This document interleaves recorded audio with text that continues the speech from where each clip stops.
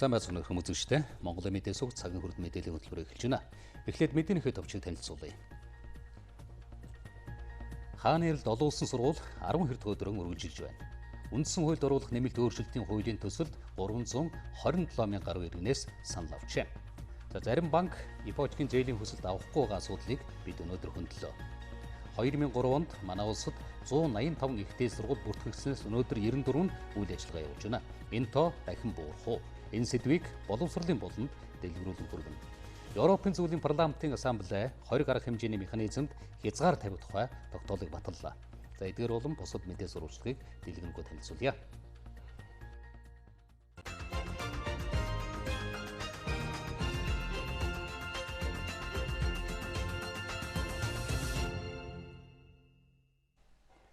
Үндсэн хуулийн 4 багц асуудлын хүрээнд нийт зүйлийн 28.5% өөрчлөлт оруулах ажлын эсхийг улсын хурлаас байгуулсан.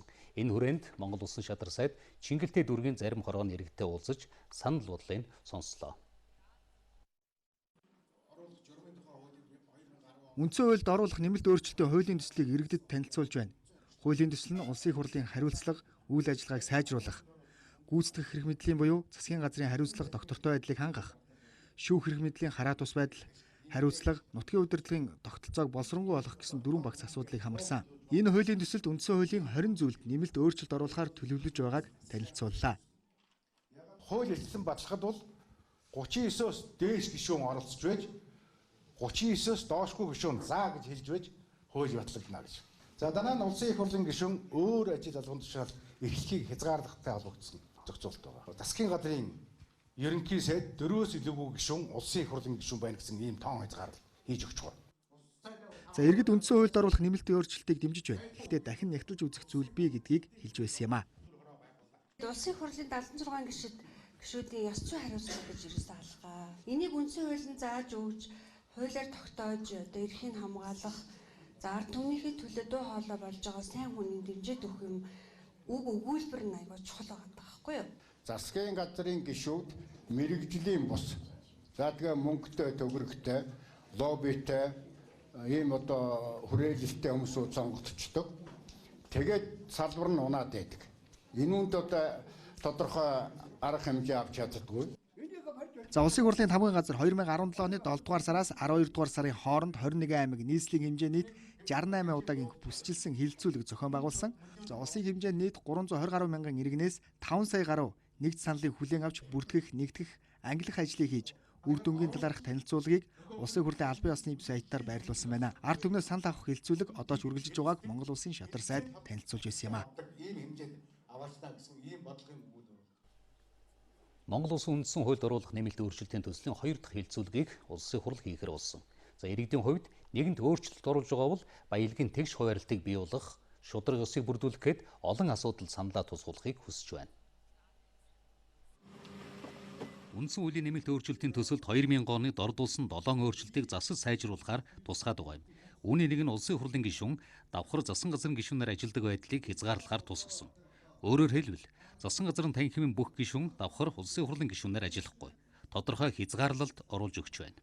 Ерөнхий сайд бол гүйцэтгэх засаглалын эрх мэдэл танхимаа бүрдүүлэхэд хинтээж эрх мэдлээ хуваалцдаггүй байг гэж байна. За давхар дээлтэй холбоотой асуудал одоо их хурлын гишүүн сайд байх үгүй гэдэг ийм маргаан байдаг. За энийг бас хязгаарлая. Ерөнхийдөө 3-1 нь одоо сайд байж болно буюу сангийн яам, ерөнхий сайд, хууль зүйн яам ч юм уу. Яг ийм үндсэн чиглэлийн яамнууд нь болохоор дотроосоо бусд нь бол гаднаас байхын зүйтэй гэдгийг үндсэн хуулиар хийгээд өгчөө гэдэг ийм төсөл бас ингээд орж ирж байгаа. Улс төрийн намуудын одоо дотоод ардчлал энэ ил тод байдалтай асуудал ер нь улс төрийн намуудыг хариуцлагаж болохтой холбоотой юм хийхгүй. Тэгэхээр энэ улс төрийн намуудаар чинь дамжаад бизнесийн хүрээнийхэн бүгд орж ирсэн. Бүх одоо банкны эзэд, бүх арх спирт үйлдвэрлэгч нар, бүх алт уурхай ухаачид одоо энд орж ирсэн утас. Одоо энэ үндсэн хуулийн чинь суур одоо зарчмууд чинь үндсэндээ гангацсан байна гэдэг ийм асуудлыг би тавиад байгаа юм л да. Уулзалтанд ирсэн иргэдийн дийлэнх нь үндсэн хуульд нэмэлт өөрчлөлт оруулахыг дэмжиж байна. Гэхдээ сум орон нутгийн удирдах албан тушаалтныг иргэдийн саналаар томилох асуудалд шүүмжилтэй хандаж байна.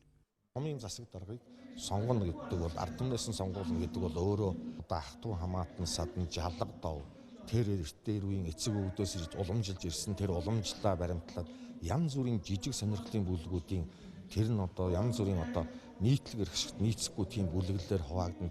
Аль нэгэн нам эвслийн одоо юм уу өмсүүдийн болгоод бүлгүүдийн шаардлага, эндэлтийн хангайн шаардлагаас болоод хойшлуулж болохгүй. Энэ уулзалтад Хинт аймгийн 400-аар иргэн оролцож санал бодлоо хэлэлцсэн юм.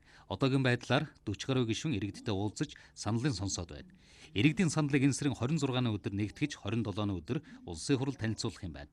Хэрвээ иргэд дэмжвэл үндсэн хуульд нэмэлт өөрчлөлт оруулна. Улсын хурлын дэд дарга үндсэн хуульд оруулах нэмэлт өөрчлөлтийн талаар иргэдэд мэдээлэх уулзалтан Хөвсгөл аймагт хийж байна. Иргэд сум орон нутгийн удирдлагуудаа өөрсдөө сонгодог болох хүсэлтээ илэрхийлж байна. Улсын хурлын дэд даргын уулзалт Жаргалант сумаас эхэлж галт төмөр улаг суманд үргэлжилсэн. Харин сүүлийн өдрүүдэд Тосон цэнгэл их уул суманд ажиллаж байна. Энэ хоёр их хурал засгийн газрын хариуцлагыг нэмэгдүүлж шүүхийн хараат бус байдлыг сайжруулах талаар өөрчлөлтүүд орж байгааг иргэдэд тайлбарллаа. Мөн засаг зархаа нутаг дэвсгэрийн нэгжтэй холбогдох өөрчлөлтүүдийг иргэд сонирхож байсан юм. За сонгогдсон сумын дарга маань багийнхаа даргаыг сонгодог гэдэг маш зөв. Бас тэр нэмэл бий дэмжиж байна. За хоёрдугаар одоо тэр давхар дээл гэдэг бол зам алдсан да.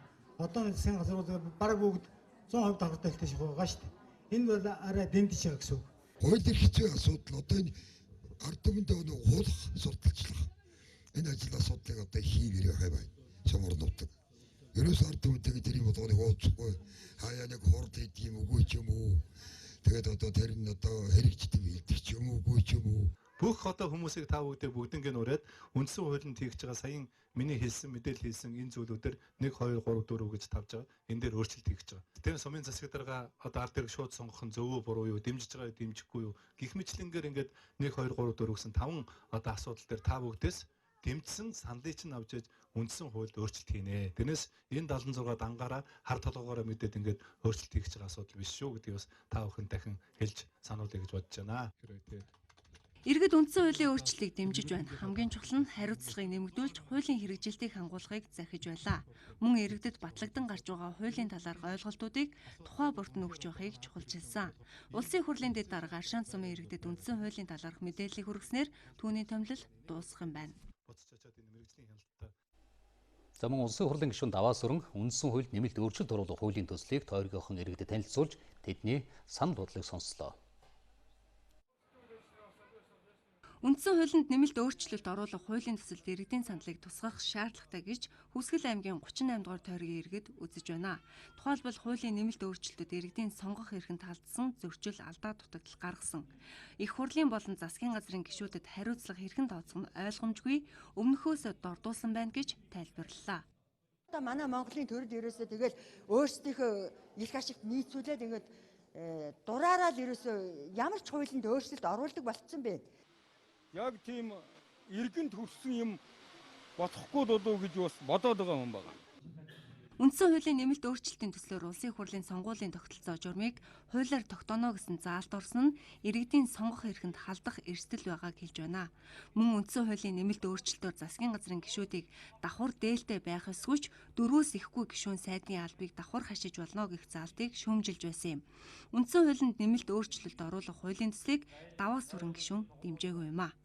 Нэгдүгээр жир нь бол бас ард түмнэрээ асуулах хийхгүй саналыг авахгүй явчих юм магадлал бас байгаад байна. Хоёрдугаарт энэ иргэдийн нөгөө улсын хурлын гишүүний шууд сонгодог эрхэнд халдсан юм заалт бол орчод байгаа юм. Тогтолцоог хуулиар тогтоож байна гэдэг. Мөн хуулийн төсөлд улсын хурлын гишүүн төсвийн эрх мэдлгүй болохоор заалт оруулсан орон нутагт шаардлагатай бүтээн байгуулалтын ажлууд хийгдэхгүй орхидох эрсдэл өндөр байгаагч улсын хурлын гишүүн даваас сүрэн хэлж байсан юм а.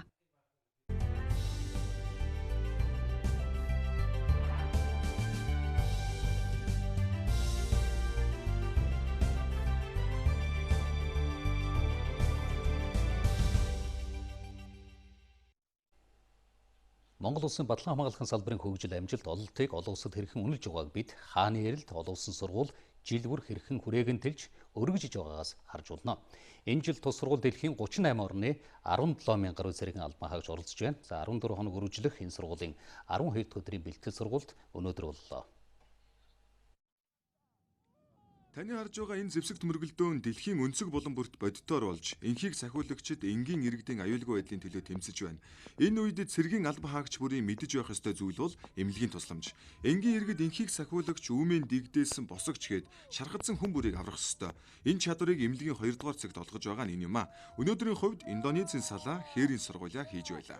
Эмнэлгийн 2 дугаар зэг дээр шархдагсдад эмнэлгийн тусламж үзүүлээд аюулгүй газар руу татан гаргах чадварыг эзэмшүүлж байна. Бүх улсын оролцогчид энэ чиглэлийн мэдлэг эзэмшиж чадсан ч Монгол улсын салаа хамгийн шилдэг нь аж заасан бүх чадварыг өндөр түвшинд эзэмшсэн гэж би дүгнэж байгаа юм а. Шалган нэвтрүүлэг цэгийг захирагчийнхаа тушаалаар хаанч байгуулж болдог байна. Яг одоо Непал улсын салаа шалган нэвтрүүлэг шин цэг байгуулахаар явж байгаа нэ. Ингэснээр байнгын шалган нэвтрүүлэг цэгийг тойрч гарах гэсэн хууль бус бараа тээвэрлэгч, үеийн дэгдээгчдийг тухайн улс руу оруулахгүй байх ач холбогдолтой юм. Бодит амьдрал дээр нутгийн иргэд хоол хүнс нэхэх байдлаар өдөн хатгалаг хийдэг гэж байлаа. Бидний шиг орохгүй. Хэдүүлээ байгаа хэлээ. Ямар фоцтой байгаа хэл. Without having authorized license. Then please go back. This is Үүнээс үүдэн томоохон зэвсэг төмөргөлдөөнч үүсдэг байна. Энэ бүхэнд ивэр шийдэх гэж оролдоод бүр болохгүй бол цэргийн хүчээр асуудлыг шийдвэрлэдэг юм байна. За энэ хөдөлгөөн шалганыг ямар нэгэн ажиллагааны үед зэвсэгтүүлэглийн инх замбраагүй хөдөлгөөнийг хязгаарлах, хууль бус зэвсгийн 8, хууль бус үйлдэлүүдийг дасан зогсоох зорилтоор байгуулдаг.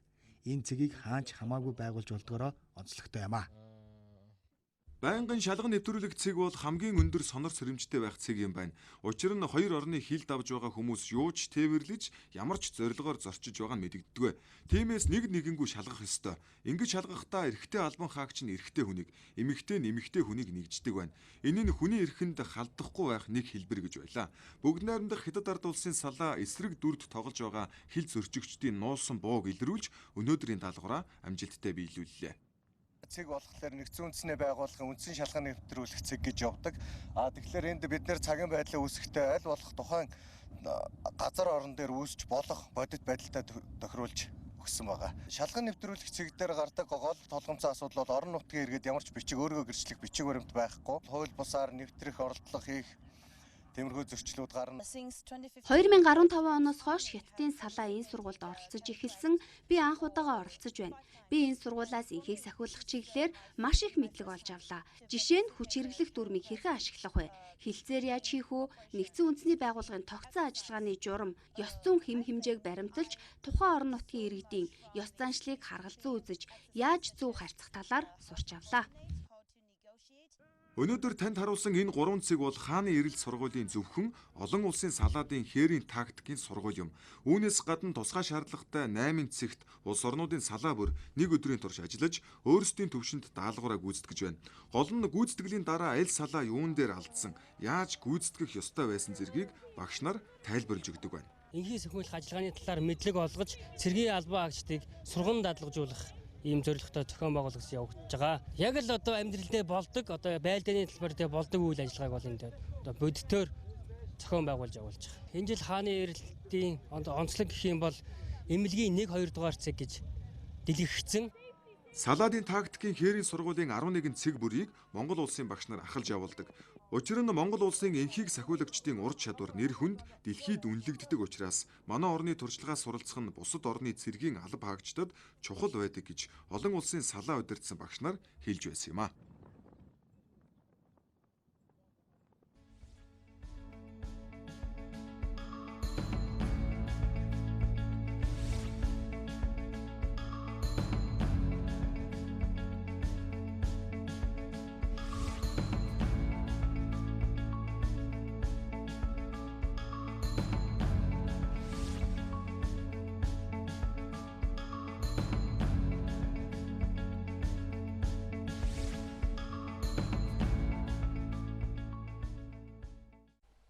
Эмэгтэйчүүдийн манлайлал чуулган өнөөдөр боллоо. Чуулганаар улс төр дахь эмэгтэйчүүдийн үүрэг оролцоог нэмэгдүүлж чадваржуулахад чиглэсэн ажлын үр дүн хэлэлцсэн байна.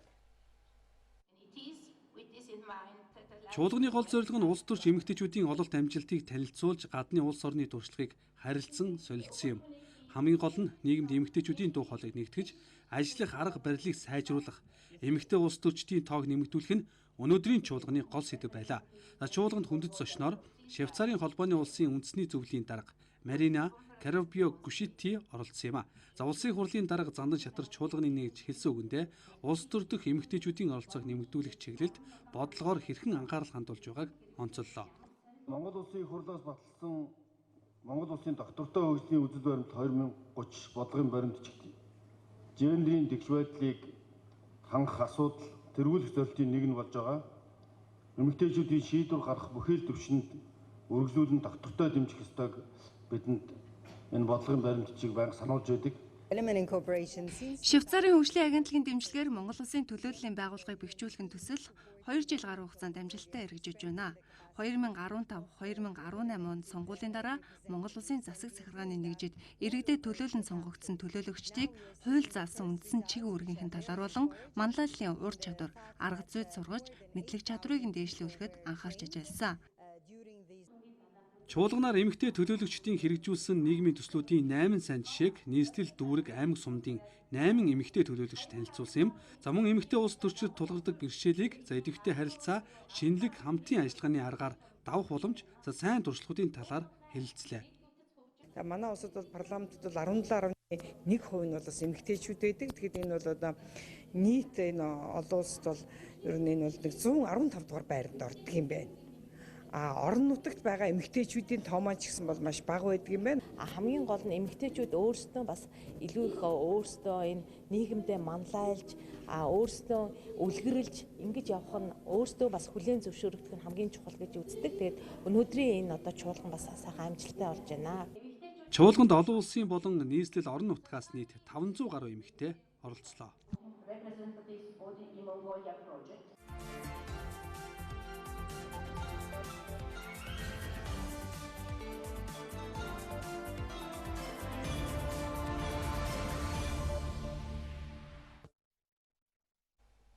Иргэдийг орон сууцжуулах, залуу гэрүүлэн дэмжих, агаар хөрснө бохирдлыг бууруулах олон талын ач холбогдолтой гэж олон улсын валютын сангийнхтай зөрөн байж манай засгийн газар ипотекийн зээлийн хөтөлбөрөөр авч үлдсэн.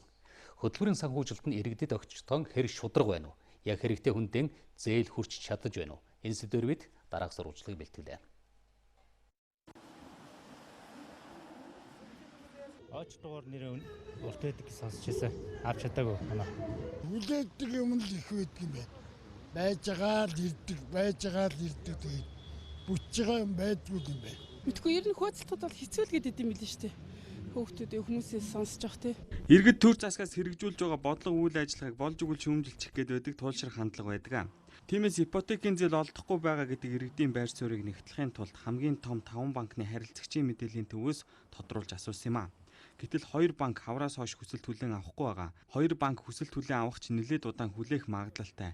1 банк хэвийн олгож байгаа гэсэн тайлбарыг хэллээ. Улсаас ерөнхийдөө бол яг нэг гарахгүй яг тодорхой шийдвэр өгөөгүй учраас манай дээр бол одоогоор гарахгүй байна. Ерөөсөө материал хүлээж авахгүй байгаа гэсэн үг. 7 хоногт нэг удаа явуулна. Тэгээд эх 7 хоногт юм уу тэрний дараа 7 хоногт хариу ирээд материалаа бүрдүүлээд өгч юм бол тэр 7 хоногт судалж байна. Одоогоор яг ипотекийн 8% зээл гарахгүй байгаа. Санхүүжилтэн байхгүй байгаа. Банкуд ийм мэдээллийг иргэдэд өгч байна. Тэгвэл Монгол банк энэ оны эхний 5 сарын байдлаар 162.6 тэрбум төгрөгийн санхүүжилтийг 2309 зээлдэгчдэд Монгол банк, засгийн газар, банкуд гэсэн 3 их үзүүрээс олгоод байна. Санхүүжилтийг огт тасалдуулаагүй гэлээ. Банкуд дээр яваад очиход тэр зээлийн хүсэлтүүдийг бол авахгүй байх гэсэн бол одоохондоо байхгүй. Яг л бид нар банкудаас банк тогтмолд мэдээлэл авж байгаа. Та бүхэн тогтмол иргэдэд нөгөө чиглэл гомдол учруулахгүйгээр их усрээ хүлээж аваа гэсэн галт бичгийг нь тогтмол хөргүүлж байгаа. Тэгэхээр энэний хүрээнд бол бид нар та нар хичнээн хэмжээний одоо ингээд үргэлжлэл хүлээж авсан бай, хичнээн хэмжээний санхүүжилт олгосон бай гэж холбогдох мэдээллүүдийг нь байнга авч байгаа. Засгийн газрын журам шаардлагыг хангаж байгаа энэ зээлдэгч нар бол одоо банкуд дээр очиход ямар нэг очрод дараалал ерөнхийдөө бас маш бага болсон байна. Барилга хот байгуулалтын яамнаас гаргасан орон сууцны хөнгөлөлттэй зээлийн санхүүжилтийн журам энэ оны эхнээс хэрэгжиж эхэлсэн. Энэхүү журмаар санхүүжилтийн их усрыг зориултын дагуу зарцуулаагүй. Шаардлага хангасан иргэний зээлийн өргөдлийг хүлээн авахаас үндэслэлгүйгээр татгалцсан бол банкнд хариуцлага тооцоолсон. Хэрвээ энэ асуудлууд арилжааны банкн дээр илэрх юм бол санхүүжилтийн одоо их усрыг буцаан татах асуудлыг бол Монгол банк шийдвэрлэнэ. За түүнээс гадна дахин одоо энэ орон сууцны хөнгөлөлтөө зээлийн их усрыг бол арилжааны банкудад олохгүй гэсэн ийм журамд бол тусгагдсан байна. Цагийн яам барилга хоттой байгуулалтын Монгол банк хагас жил тутамд хөтөлбөрийн хэрэгжилтэд хяналт шалгалт хийж явахар болсон юм байна. Журам хэрэгжээд хагас жил болж байгаа учраас одоо шалгалт хийх ёстой. Хэрвээ Монгол банк засгийн газар их усроо олгосоор байтал иргэдийн зээлийн өргөдлөөс банк үндэслэлгүйгээр татгалцсан тогтоогдох юм бол хариуцлага хүлээх нэ. Ярамт баригдаж байгаа нийслэлийн төр захиргааны байрны A блок эрх намар ашиглалтанд орно. Тус барилга нь ABC гэсэн нийт 3 блокоос бүрдэх нийтдээ 68,000 м2 талбай өгөхөй 97 орчим тэрэм дөрвөний төсөв төрөлхтэй барилга юм а. Татвар төлөгчдийн мөнгөөр баригдаж байгаа тус барилгын зориулалт ашиглалтыг нийслэлийн иргэдэд чиглэсэн хэлбэрээр үйл ажиллагаа явуулах нь зүйтэй гэсэн байр суурьтай иргэд цөөнгүй байгаа. За тиймээс нийслэлийн иргэдийн дунд тухайн байрыг одоо нийслэлийн төр захиргааны байгууллага нүүж орох хэлбэрээр ашиглах уу? Эсвэл өөр зориулалтаар ашиглах уу гэсэн санал асуулгыг явуулахар болжээ. За санал асуулга www.ceg.hot.cd цахим хаягаар болон нийслэлийн засаг даргын тамгын газрын албан ёсны одоо цахим хуудасуулах нийслэлийн мэдээ хуудасаар явагдах болно. За дараагийн мэдээгээ танилцуулъя. Авилгатай тэмцэх газраас эрүүл мэнд боловсролын салбар дахь хүн суртал авилгын гэмтэр гарахад нөлөөлж байгаа шалтгаан нөхцөлийг тогтоожээ. Мэдээллийн ил тод байдал хангалтгүй олон шат дамжлаг хяналтгүй үйл ажиллагаа нь авилгын одоо гэмтэрийг гарах шалтгаан болж байна гэж дүгнсэн байна. Авилгын гэмтэрэг гарсны дараа биш, гарахаас өмнө урьдчилан сэргийлэх зорилгоор авилгатай тэмцэх газрын урьдчилан сэргийлэх соён гэгэрлэх хэлтсээс эрүүл мэнд боловсролын салбар дахь авилгын эрсдлийн үнэлгээний тайланг гаргасан байна. Улсын 1-р эмнэлэг, за шаашны нэрмжид 3-р эмнэлэг, гэмтэл сог судлалын үндэсний төв, өргөө амарч газар халдварт төвчин судлалын үндэсний төв, хавдар судлалын үндэсний төвүүдэд манай одоо орчин сэргийлэл хэлтсэн ажилласан. Ялангуяа боловсролын байгууллагын тухайд бол Монгол улсын боловсролын их сургууль, эрүүл мэндийн шинжилгээ ухааны үндэсний их сургууль болоод Монгол улсын их сургуулиудыг сонгож энэ эрсдлийн үнэлгээ хийсэн. Бид одоо төрийн албыг тийм ээ шудраг хүмүүсээр одоо бэхжүүлэхэд их чухал ашиг бүгдэлтэй учраас энэ байгууллагууд сонгогдсон. Олон нийтийн анхаарлын төвд байгаа зарим хэрэгүүдийн нөхцөл байдлын талаар сэтгүүлчдийг тодруулахад авилгатай тэмцэх газраас тодорхой хариулт өгөх боломжгүй гэж мэдээлсэн юм. Хэрэг бүртгэх мөрдөн шалгах ажиллагааны явцад цаад учруулдаг, хэргийн үнэн зөвийг тогтооход ийм цаад учруулдаг ийм хандлагууд гараад байгаа. Тийм учраас одоо холбогдох хуулийн хүрээнд ажиллаа гэдэг ийм чиглэлийг одоо өгөөд мэдээллийг тодорхой хэмжээнд прокурорын зөвшөөрсөн хэмжээнд нь өгөхөөр ийм хуулийн үндэслэл байна. Төрийн байгууллагууд цаашид өөрсдийн санал санаачлагаар авилгын эрсдлийг үнэлж, авилга, ашиг сонирхлын зөрчил гарах эрсдлийг урьдчилан тодорхойлж, эрсдлийг бууруулах, арилгахад чиглэсэн ажлыг тогтмол явуулахыг авилгатай тэмцэх газраас анхааруулж байсан юм а.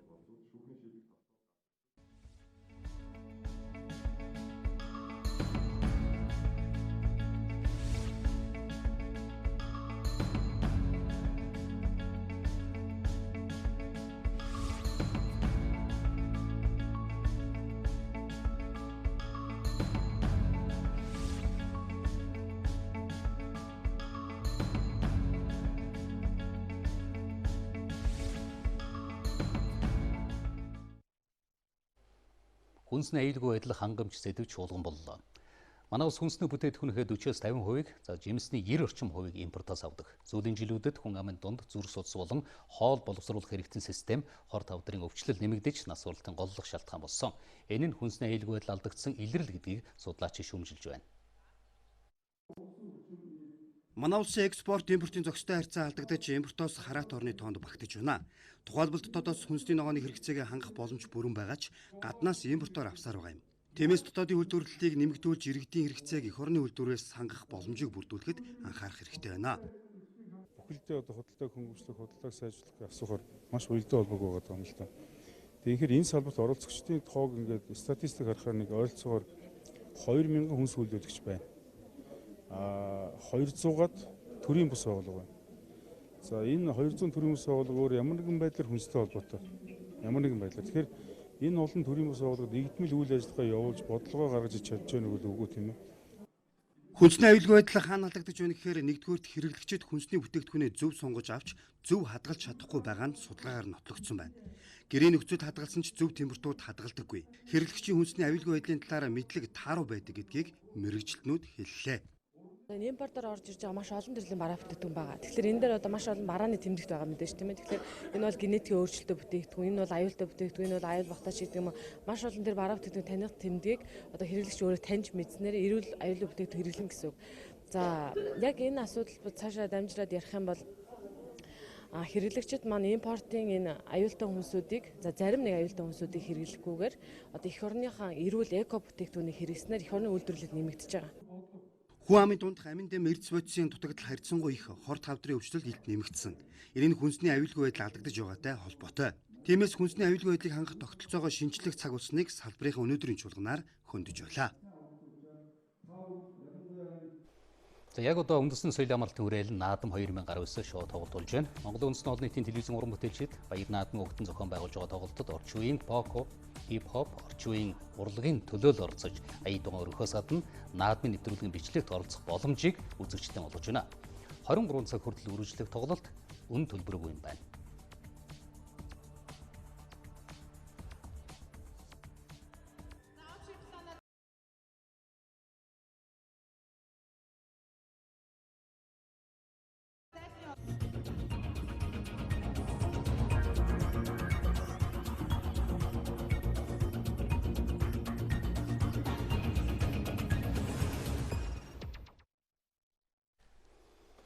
Ихтэй сургуулиудын тоо дэндүү их байна гэж шүүмжлэх нэвэ. Чанаргүй олон сургууль, чанаргүй боловсон хүчин бэлтгэж байна гэсэн шүүмжлэл их байдаг.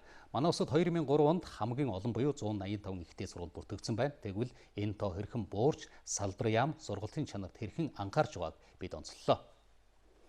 За орон минь төргий. Орон минь төргий. Тэгэхээр энэ 2003 онд байдлаар тийм ээ ихтэй сургуулиудын энэ тоо өнөөдөр ер нь буурсан байна уу? Тэгэхээр сүүлийн 10 жилд бол ер нь тодорхой хэмжээгээр буурчаад байгаа гэдэг мэдээллийг салбарын яамнаас өгч байна. 2003 онд саятай хэлсэн 185 сургууль бүртгэгдсэн байсан бодвол 2017-оос 18 оны хичээлийн жилд бол 96, за өнгөрсөн хичээлийн жилд бол 94 болж буурсан байна. За энэ нь бол механик хэлбэрээр сургуулиудын тоог одоо яг шалгалт хяналтын дүнгээр нь бол хязгаарлаж цөөрүүлсэн гэсэн утга бол бас биш юм байна. Энд нэг зүйлийг онцлох хэрэгтэй. 2016 оноос хойш салбарын яамнаас барьж байгаа бодлогоор ер нь ихтэй сургуулиудыг чанаржуулъя гэдэг үднээс аттестачлах гэдэг үгийг аваад за ер нь бол чанарыг сайжруулах төвшин бүрийн юм шалгалтуудыг хийж гисэн байна. За энэ хойно үнэлгээ хяналтын зарим одоо яг төвшингүүдийг бол авсан байгаа. За хот хөдөөгийн ялгааг нь эхлээд тогтооё. Багшийн ур чадварын ялгааг тогтооё. Төрийн болон хувийн сургуулиудын ялгаа, сургалтын хөтөлбөрийн ялгааг бол тогтооё гэсэн юм байдалтай ажиллаж байгаа. За дараагийн нэг үзүүлэлт бол орчин нөхцөл багш эрдэмтдийн потенциалыг ер нь авч үзээд сургуулиудынхаа төвшин тогтоож за хяналт үнэлгээний хэдэн гаргаснаар за хаана бас сайжруулж залруулах вэ гэдэг тал дээр бол үйл ажиллагаагаа явуулж байгаа. За түүнээс биш 10 морь уралдаад 5-ыг нь барианд авдаг шиг бол хатуу одоо бас хэрчсэн тийм шалгалт өгнөлтийн үнэлгээг бол сүүлийн жилүүд бас яг барихгүй байгаа гэдэг мэдээллийг салбарын яамнаас өгч байна. За салбарын яамнаас бас нөгөө талаасаа яг үйл ажиллагаа талаасаа хийж байгаа энэ үнэлгээний хажуугаар яг бүтээгдэхүүн болж гарч байгаа төгсөгч боловсон хүчний чанар дээр анхаарч бас энэ талаас нь үнэлгээг хийж байгаа юм байна. За энэ талаар харилцааг бид одоо салбарын яамны мэргэжилтний өгсөн мэдээлэлээр хүргэжлүүлье. Хөндлөнгийн чанарын үнэлгээ буюу яг суралцагчийн мэдлэг чадвар ямар байна вэ гэдэг дээр бид үнэлгээ хийсэн. За энийг харах юм бол одоо түрүүний хэлсэн хөтөлбөрөөр за жишээ хэлье. Тухайлах юм бол одоо сургуулийн өмнөх боловсрол багангийн багшийн хөтөлбөрийг хэрэгжүүлж байгаа 23 сургууль. За энэ 23 сургуулийн бүх хөтөлбөрүүдийг бид нэр одоо татаж аваад боловсролын хүрээлэн дээр анализ хийгдсэн. За өгөх ёстой агуулгууд орж эзэмшүүлэх ёстой ур чадварыг эзэмшүүлэхээр тусгагдж үгүй гэдэг дээр ажиллаж байгаа гэсэн. За энийхээ одоо дүн дээр үндэслээд эзэмших ёстой агуулгын төвшингээр шалгалт авсан. Гэхдээ бид нэр 2 3 дугаар курсын хүүхдүүдээс одоо нэгэн зэрэг шалгалтуудыг авсан. За энийгээ дараа жил одоо ингээд жилдээ давтан явуулаад байхаар өмнөх жилүүдээс ахиц гарч ийнэггүй гэдэг нь бас харагдах ийм боломжтой байгаа. Мэдээж хэрэг энэ хяналт шалгалт үнэлгээний үр дүнд бол бас үйл ажиллагааг зогсоох зарим талаас нь бол яг анхаарах хэрэгтэй шаардлагууд зөвлөмжүүдийг хүргэж байгаа сургуулиуд бол байгаа. За тэгэхээр үйл ажиллагааг зогсоохоос гадна бол зарим сургуулийн хөтөлбөрүүд дээр бол одоо бас цуцлагдсан ийм хөтөлбөрүүд байгаа гэдгийг бол хэлж байна. За хэдийгээр бид бас зарим сургуулиудын нэрийг нууцлж байгаа боловч сургуулийн хөтөлбөрүүд дээр бас сонирхолтой багш, инженер, ангаахын чиглэлээр мэргэжилтэн бэлтгэж байгаа зарим хөтөлбөрүүд дээр бол бас нэлээд тооны цуцлалт хийсэн гэдэг ийм мэдээллийг өгч байна. Үргэлжлүүлээд бас мэргэжилтийн харилцаагаар энэ мэдээлэл өргөжлүүлье. Нэг 3 чиглэлийн одоо арга хэмжээ авсан гэж хэлж байна. За нэгдүгээр гэвэл үнэхээр одоо үйл ажиллагааны доголдолтой орчин нөхцөлөө хангаагүй, багш нар хүрэлцээгүй, за сүүлийн жилүүдэд одоо элсэл бодит байдал дээр байхгүй болчихсон ийм сургуулиудын тусгай зөвшөөрлөг цуцлах ажил хийгдэж байна. За өнгөрсөн энэ сүүлийн 2 жил нэлээд эрчимтэй хийж байгаа ажил. Өнгөрсөн жил бид нэр 6 сургуулийн тусгай зөвшөөрөл цуцлсан. За энэ жил бид нэр мөн одоо 5 сургуулийн тусгай зөвшөөрөл цуцлах ийм процесс явагдчихлаа. Тэгээд 7 сарын 1-нд бол энэ сургуулиуд сургалтын үйл ажиллагаагаа бүрэн зогсоогоод оюутан тэнд ажиллаж байгаа багш оюутнуудыг хохирохгүйгээр одоо шилжүүлээд бичиг баримтаа зэгцлээд архив төлөвлөж ийм ажлууд хийгдэнэ. За тэгэхээр салбарын яамны зүгээс цаашдаа ер нь ямар бодлого барих нь вэ? Дээрх үнэлгээ хяналтаас харахтвал механикаар тоог нь цөөлөхгүй чанарын сайжруулах олон талын ажил хийж байна шүү дээ, тийм ээ. Яг сүүлийн үед бол энэ бодлого үргэлжлэнэ. Яагаад гэвэл одоо 30 хүнд 2 сургууль хангалттай гэдэг ийм хатуу үнэлгээг бол бид тавихгүй байгаа. Харин бүх сургуулиудын чанар, сургалтын одоо чанар бэлтгэж байгаа боловсон хүчин сайн байх юм бол энэ сургуулиуд бидэнд байж ах хад бол яг бэлтгэгдсэн бэлэн байгаа суур учраас бид нар энийг ашиглах ёстой гэдэг байр сууриас сургалтын чанар сургуулиудаа илүү сайжруулахаар төвшин төвшингийн судалгааг хийж байгаа ийм сайжруулалт хийж байгаа үнэлгээнүүдийг бол бас явагдаж байгаа гэдэг мэдээлэл өгч байна. Баярлалаа. Эрхэм үзэгчдээ боловсролын буланг инх сайхан үргэлээ.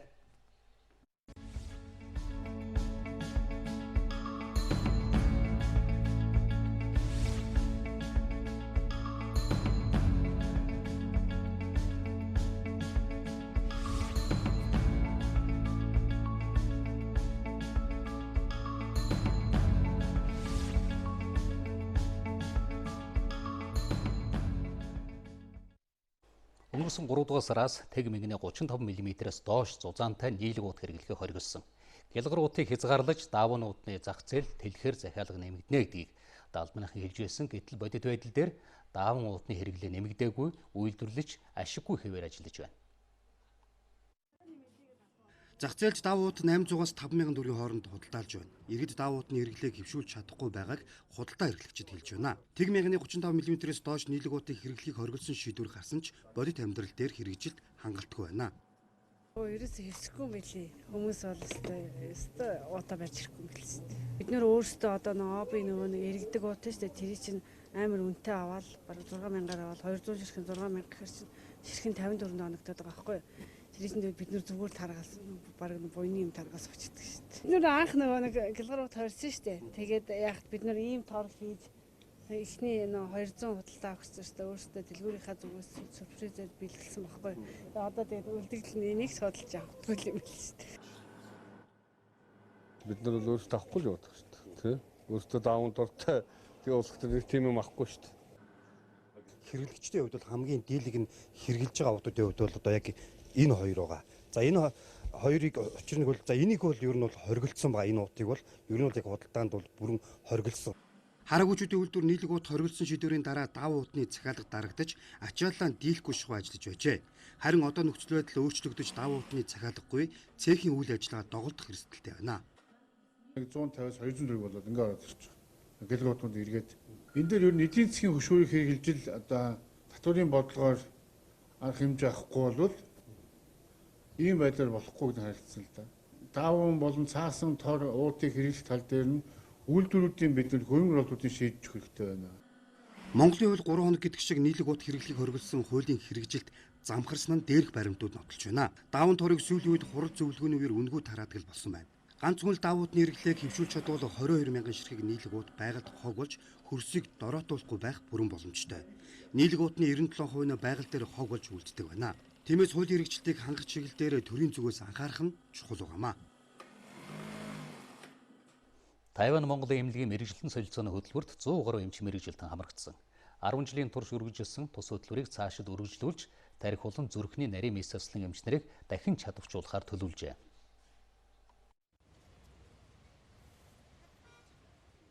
Өнгөрсөн хугацаанд зөвхөн 3 дугаар эмнэлгээс 50 гаруй эмч мэрэгжилтэн Тайванд мэрэгжилд дэвшлэлсэн.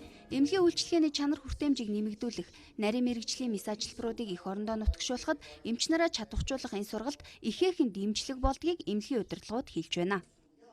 Улсын 3 дугаар төлөвлөгийн нэг онцлог бол Люксембургийн одоо засгийн газрын дэмжлэгтэйгээр зүрхний төв төсөл хэрэгжиж байгаа. За энэ төслийн хүрээнд явагдаж байгаа бас гадаад сургалтыг яг Тайваны үндэсний их сургуулийн эмнэлэгтээ гурвалсан гэрээ байгуулад тэр одоо их сургуулийн эмнэлэгтээр хэрэгжүүлж байгаа. Монгол эмчнэр зөвхөн туршлага судалж ирээд хөтөлбөр дуустдаггүй. Тайванд сурсан мэдлэгээ эх орондоо нутагшуулж хөрсөнд нь буулгах ажилд Тайваны мэрэгчлэтнүүд дэмжлэг үзүүлдэг байна. Монголын эмч нарын чадвар маш өндөрөө. Тиймээс бид эрүүл мэндийн салбарын чадварыг нэмэгдүүлэх, Монголд нутагжуулах боломжтой мэс ажилбаруудад сургах, мөн эмчилгээний лаборатори төвүүдийг байгуулах, эмнэлгийн үйлчилгээг стандартад нийцүүлэх зэрэг олон чиглэлд мэрэгчлэтнүүдийг бэлтгэж давтан сургаж ирсэн. Энэ нь ч Монголын анагаах ухааны салбар эрүүл мэндийн үйлчилгээнд тодорхой ахиц авчирч байгаад баяртай байна. Монгол Тайваны эмнэлгийн мэрэгчлэлтэн солилцооны хөтөлбөр 2009 оноос хэрэгжиж эхэлсэн 10 жилийн хугацаанд олон үр дүн гарсан учраас хөтөлбөрийнхөө хугацааг дахин 10 жилээр сунгаж байгаагаа Тайваны талаас өнөөдөр мэдгдсэн юм а. Бүгд найрамд Солонгос улсын Чэйжооролд бүх улсын иргэд визэг аялах боломжтой. Арлын түүх, байгалийн цогцлбор газраас гадна энд жуулчдад зориулсан олон хөтөлбөр байдаг. Нийт жуулчдад зориулсан 200 гаруй хөтөлбөрийг тогтмол шинчилж Арлын аялал жуулчлалыг хөгжүүлж байна. Тэгвэл тус арал руу Монголоос шууд нислэгээр буюу 5 хоногийн аялал төлөвлөх боломж ирэх 7 дугаар сард нээлттэй байна.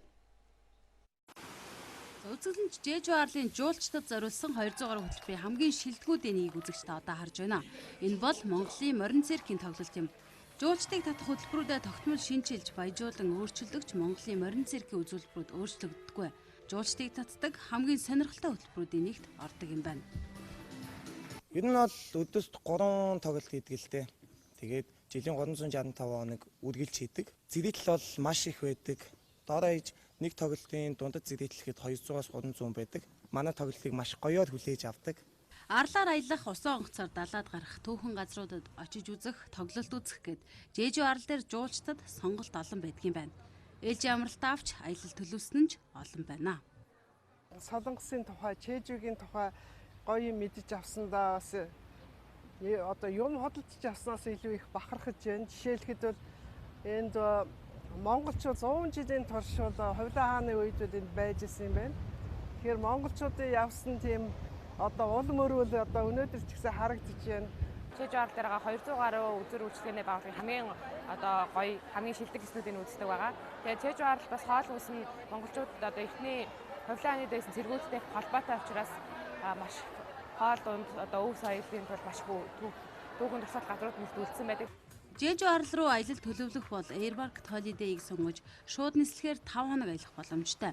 Онгоцонд сууснаас 3 цагийн дараа л танд дээрх 200 гаруй хөтөлбөр сонголтод бэлэн байх нь. Жэжүүгийн одоо энэ багц аялалд нь одоо зөвхөн онгоцны тийзний үнээр одоо юу орсон бэ гэхээр онгоцны тийз нь хоёр талтай. Зочид буудлага, хоол унаа, үзүр, даатгал, гайд, орчуулагч гэдэг одоо бүх зардал нь ороод онгоцны тийзний баруун үнээр аялах боломжтой гэсэн. За хамгийн хямд зардлаар энэ олон хөтөлбөр бүхий арлаар аялах боломж ирэх 7 дугаар сард бий болно.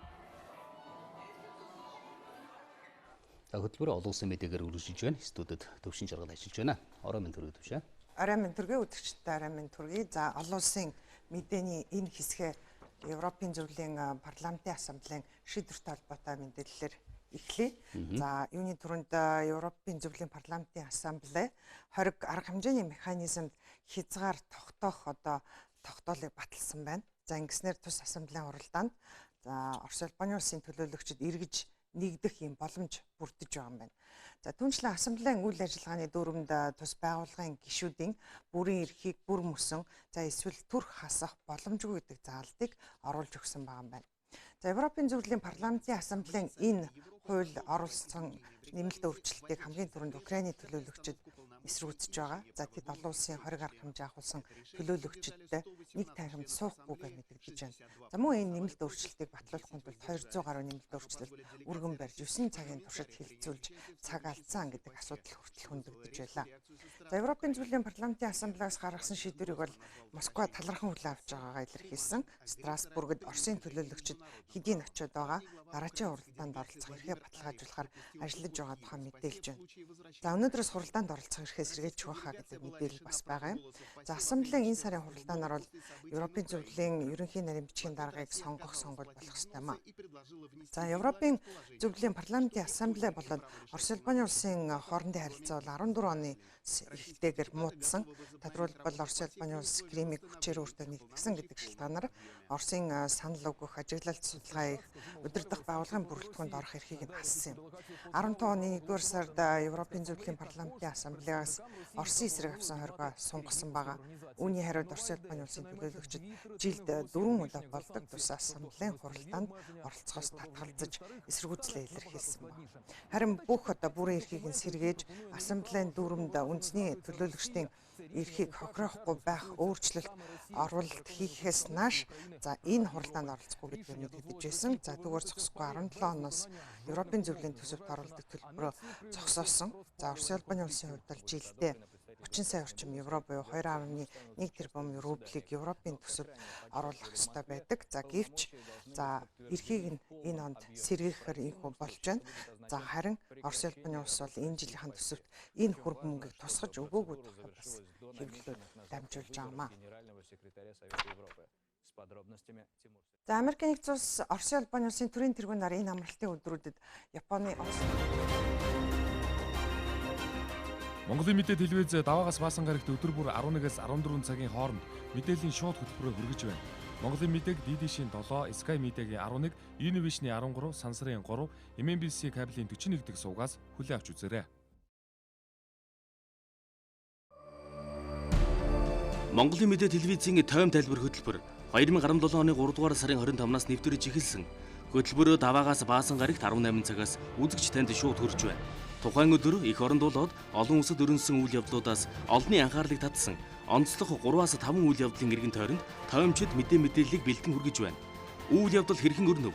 Үүнтэй холбоотойгоор өмнө нь юу болж өнгөрсөн? Ирээдүйд хэрхэн өрнөх хандлагатай байна вэ гэдгийг тоймчид олон талаас нь анализ хийж, үзэгчдэд дүгнэлт хийх боломжийг олгосон бүтэн 1 цагийн хөтөлбөрийг өдөр бүр алгасахгүй хүргэсээр байна. Монголын үндэсний олон нийтийн телевиз 50 жилийн түүхтэй Монгол улсын болон олон улсын хагас 100 жилийн түүхийн дуу дүрсний үнэт тарихыг бидэнд байна. Энэ бол тойм тайлбар хөтөлбөрийн гол агуулгын нэг хэсэг юм. Монголын мэдээ телевизийн тойм тайлбар хөтөлбөрийг тоймж алдан гэрэл, цэнд, сэтгүүч үр цайх, олон улсын тоймч цогтоо, төвшин жаргал, редактор Ариун Чимгэнэр үзэгч танд хүргэж байна.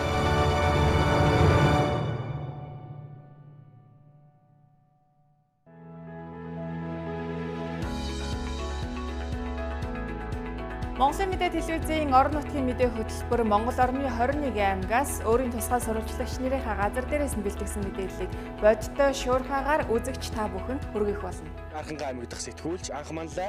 Монголын мэдээд сурвалжлагч Саран Чимэг. Монголын мэдээ сувгийн сурвалжлагч Наран Цэцэг. 2017 оны Монгол улсын шилдэг аймаг Өмнөг аймагаас Дархуул аймаг дахь сурвалжлагч Буян шиг мэдээлж байна. Улсын хөгжил сумаас сумын хөгжил багаас Америкийн нэгдсэн улс Ираны эсрэг нэмэлт хориг арга хэмжээ авсан нь Трамп ерөнхийлөгчийн засаг захиргаа дайдахыг үнэхээр хүсэж байгаагийнх нь дипломат арга замын эсрэг байгаагийнх нь илэрхийлэл гэж Tehran үтсэн байна. За тодруулах юм бол Ираны гадаад эрхийн сайд Завад Шариф олон нийтийн сүлжээ Twitter дэх хуудасаараа дамжуулж инхүү мэдэгдэжээ. Мөн Ираны гадаад эрхийн яамны хэвлийн нарийн бичгийн дарга Вашингтоны зүгээс Ираны эсрэг авсан хориг үр дүн муутай гэж үзэж байгаагаа илэрхийлсэн байна. Америкийн нэгдсэн улс Ираны удирдагчид цэргийн дарга нарын эсрэг хориг арга хэмжээ авснараа дипломат яриа хэлэлцээ хийх замаа үрд хааж орхилоо. Трамп ерөнхийлөгчийн засаг захиргааныхан олон улсын инх тайван аюулгүй байдлыг хадгалахад шаардлага бүхий механизмыг устгах үйл ажиллагаа явуулж байна.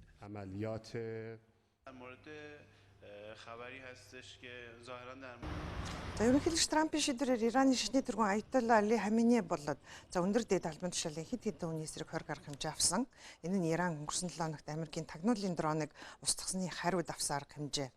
За хориг зааснаар Ираны шашны тэргүүн түүний хамтран зүтгэгчдийн санхүүгийн үнцэн их усүртэй нэвтрэх тусламж дэмжлэг авах боломжийг нь хааж өгсөн байгаа юм.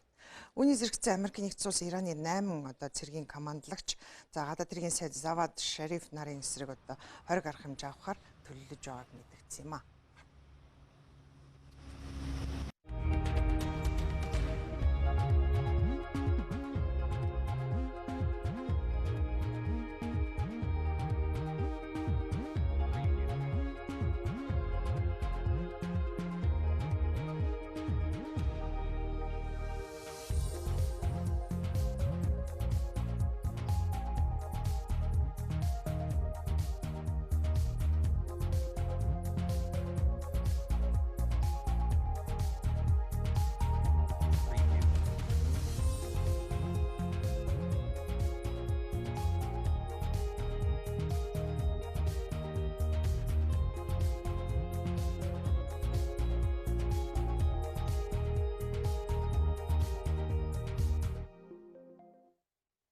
За Америкийн нэгдсэн улсын ерөнхийлөгч Дональд Трамп Японы улстай байгуулсан аюулгүй байдлын баталгаа за хамтын ажиллагааны тухай Америкийн нэгдсэн улс Японы гэрээнээс гарахаар судалж байгаа тухай Bloomberg мэдээлсэнийг олон улсын хэвлэлүүд бас өнөөдөр онцолж байна.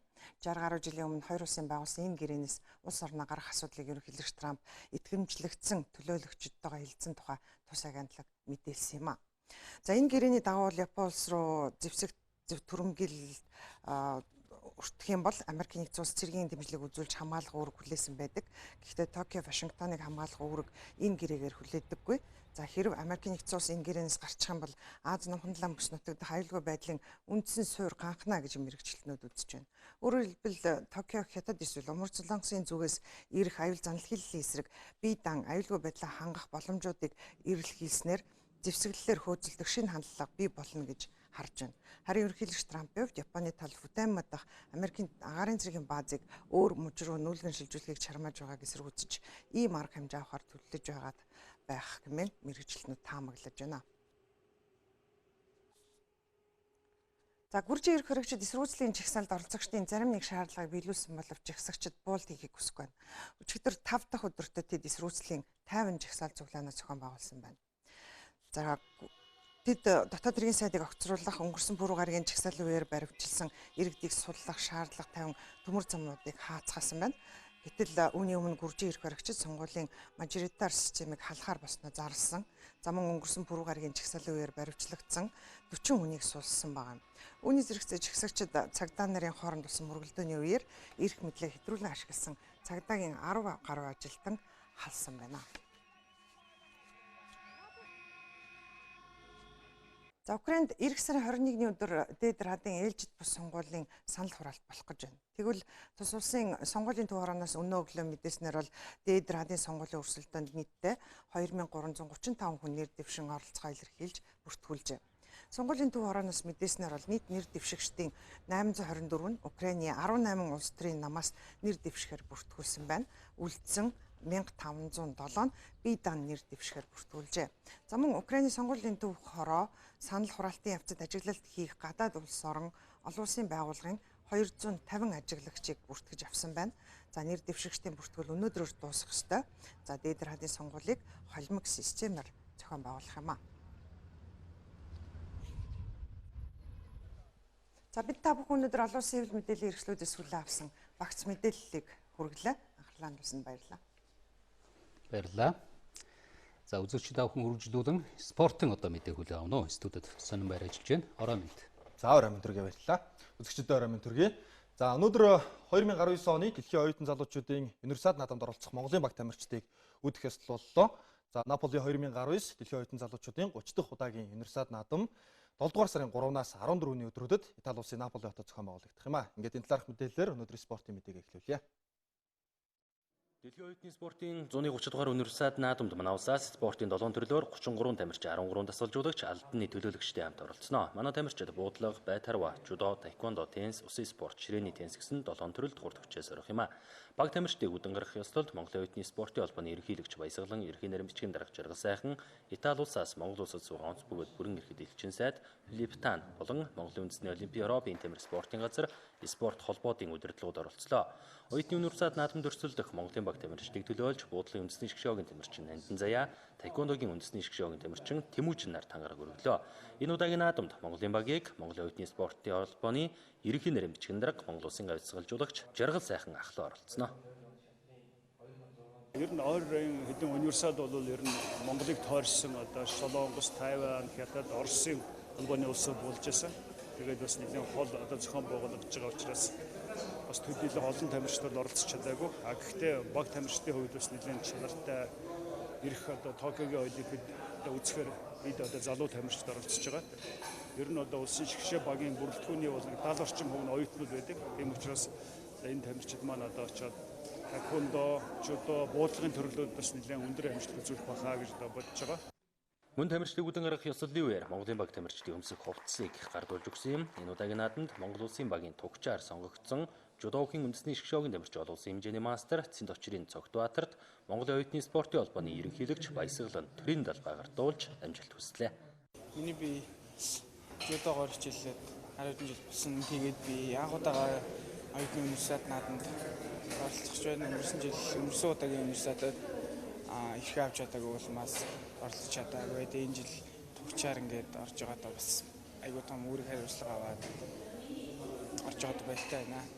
Монголын баг тамирчид 1965 оноос эхлэн оюутны университет наадамд нэгдэж 11 галт 16 мөнгө 16 хүрэл нийт 53 медалийг хүртээд байна. Университет их наадамд оролцох баг тамирчидаа үдэн гаргасан өдөр буюу өнөөдөр Монголын оюутны спортын холбоо байгуулагдсны түүхэд 30 жилийн он баярын өдөр гэсэн юм а.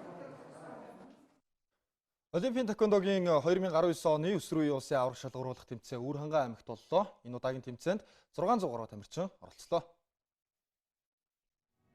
Олимпийн тэквондогийн өсвөр үеийн улсын аварга шалгаруулах тэмцээнд хот хөдөөгийн 39 байгууллага клубын 600 гаруй тамирчин оролцож шилдэгүүдэд тодрууллаа. Тэмцээний нээлтийн үйл ажиллагааны үеэр Монголын Олимпийн тэквондогийн холбооны шүүгч Батнасан, Үр хангай аймгийн тэквондогийн холбооны ерөнхий нэрийн бичгэн дээр галтан гэрэл, Үр хангай аймгийн дасгалжуулагч Бом нарыг бие тамирын спортын тэргүүний ажилтан цол тэмдгээр шагнасан байна.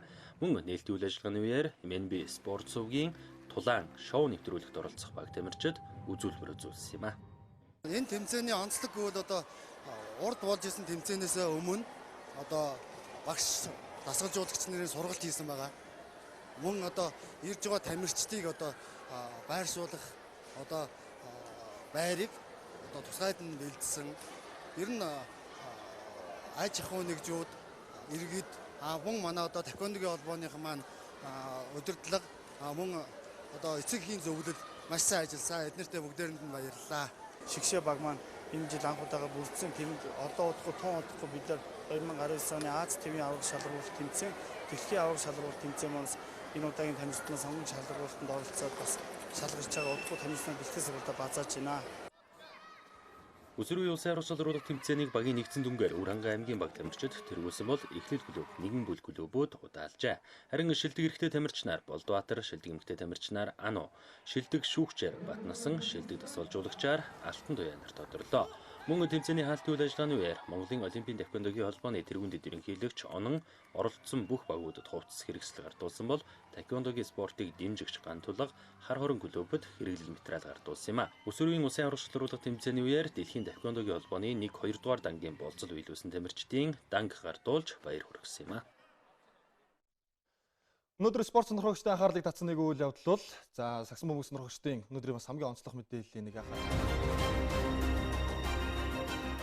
Монголын мэдээ телевиз даваагаас баасан гарагт өдөр бүр 11-ээс 14 цагийн хооронд мэдээллийн шууд хөтөлбөрөөр хүргэж байна. Монголын мэдээг DD-шийн 7, Sky Media-гийн 11, Univision-ийн 13, Сансрын 3, MNBC кабелийн 41 дэх сувгаас хүлээн авч үзээрэй. Монголын мэдээ телевизийн тойм тайлбар хөтөлбөр 2017 оны 3 дугаар сарын 25-наас нэвтрэж эхэлсэн. Хөтөлбөрөө даваагаас баасан гарагт 18 цагаас үзэгч танд шууд хүрч байна. Тухайн өдөр эх оронд болоод олон улсад өрнөсөн үйл явдлуудаас олонний анхаарлыг татсан онцлог 3-5 үйл явдлын эргэн тойронд тоймчид мэдээллийг бэлтгэн хүргэж байна. Үйл явдал хэрхэн өрнөв? Үүнтэй холбоотойгоор өмнө нь юу болж өнгөрсөн?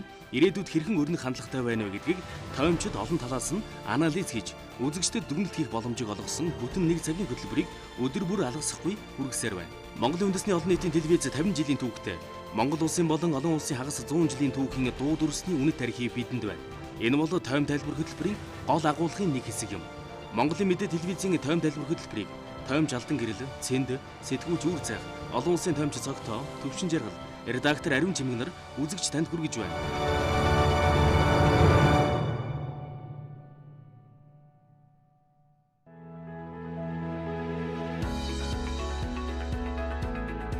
Монголын мэдээ телевизийн орон нутгийн мэдээ хөтөлбөр Монгол орны 21 аймагаас өөрийн тусгай сурвалжлагч нарынхаа газар дээрээс нь бэлтгэсэн мэдээллийг бодиттой шуурхаагаар үзэгч та бүхэнд хүргэх болно. Анхангаа аймаг дахь сэтгүүлч анх манлай. Монголын мэдээд сурвалжлагч Саран Чимэг. Монголын мэдээ сувгийн сурвалжлагч Наран Цэцэг. 2017 оны Монгол улсын шилдэг аймаг Өмнөг аймагаас Дархуул аймаг дахь сурвалжлагч буян шиг мэдээлж байна. Улсын хөгжил сумаас сумын хөгжил багаас эхэлнэ. Говьалтай аймгийн 18 сум 2 тосгон 84 багийн ард иргэдийн аж амьдрал Цагийн мэдээллийг 200 га талбайг нь хашаажуулж 22 хутлыг гаргахтай. Онцлог үйл явдлын мэдээллийг бэлтгэн өргөнэ. Орон нутгийн мэдээ хөтөлбөрийг үзэгч та бүхэн даваа савг баасан гаргуудын 19 цаг 40 минутаас хүлээн авч үзээрэй.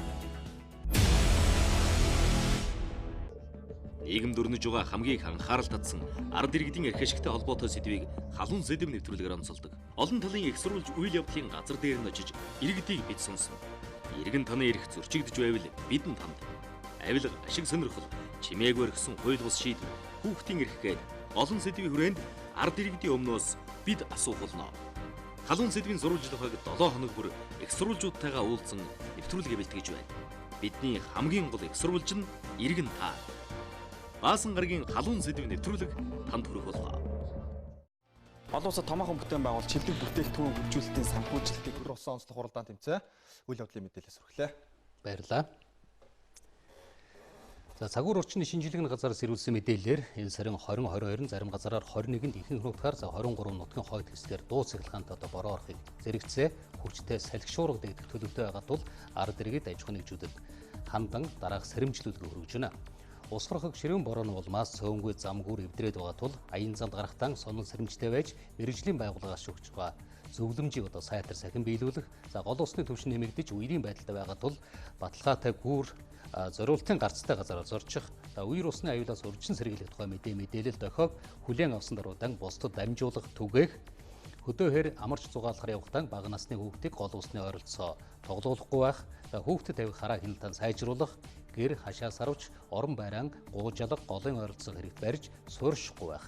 Үерийн аман дээр сууршсан бол яаралтай аюулгүй газарт орон гэрээ нүүлгэн шилжүүлэх, за үерийн ус зайлуулах суваг, шуудуу татах, далан хашлаг барих зэргээр өөрийн болоод бусдын амнаас эрүүл мэнд, эд хөрөнгийг болцсошгүй гамшиг ослоос урдчин сэргийлэх, албан байгууллага үйлчлэгийн газрууд тухайн орчныхон барилга байгууламжийн эргэн тойронд цахилгааны утас ил гарсан эсгэд хяналт тавих, сэжигтэй аюултай тохиолдол мэдэгдэвэл холбогдох мэрэгжилтнүүдэд яаралтай хандахыг нийслэлийн засаг дарганд хамгаалсан газар Улаанбаатарын захирагчийн ажлын алба нийслэлийн онцгой байдлын газраас сэрэмжлүүлж байна.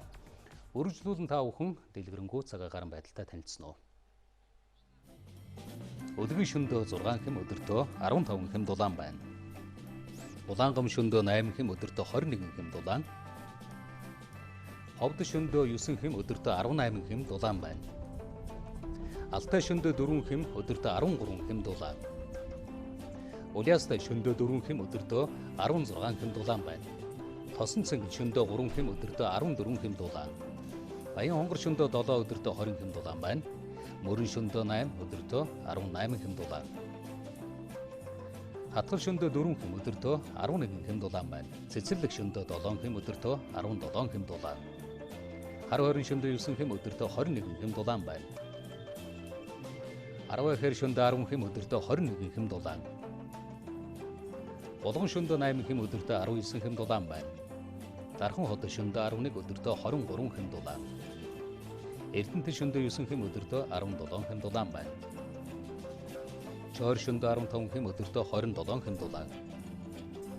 Сүхбаатар шөндөө 11 хэм өдөртөө 24 хэм дулаан байна. Зүүн хараа шөндөө 12 хэм өдөртөө 26 хэм дулаан. Зүүн мод шөндөө 10 хэм өдөртөө 18 хэм дулаан байна. Багнуур шөндөө 9 хэм өдөртөө 21 хэм дулаан. Чингис хот шөндөө 14 хэм өдөртөө 28 хэм дулаан байна. Баруун урд шөндөө 17 өдөртөө 29 хэм дулаан. Чойгосын шөндөө 17 хэм өдөртөө 28 хэм дулаан байна. Мандалгов шөндөө 15 хэм өдөртөө 26 хэм дулаан. Даланзотод шөндөө 17 хэм өдөртөө 29 хэм дулаан байна. Хамбогд шөндөө 20 өдөртөө 31 хэм дулаан. Сайн шонд шөндөө 17 хэм өдөртөө 30 хэм дулаан байна. Замууд шөндөө 16 хэм өдөртөө 32 хэм дулаан. Нийслэл Улаанбаатар хот шөндөө 12 хэм өдөртөө 22 хэм дулаан байна.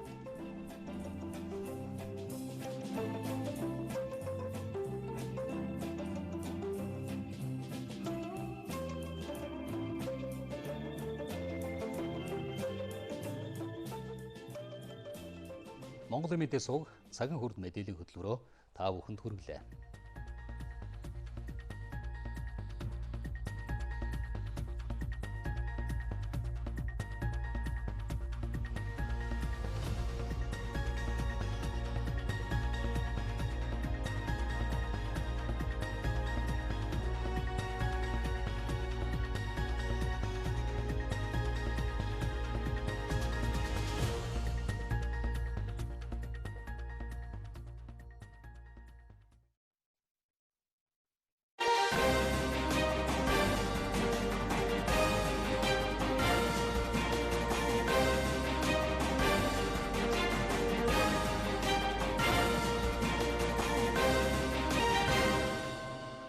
Монголын мэдээ телевизийг сонгон үзэж байгаа та бүхэнд баярлалаа. Эдийн засгийн тайван нэвтрүүлэг эхэлж байна.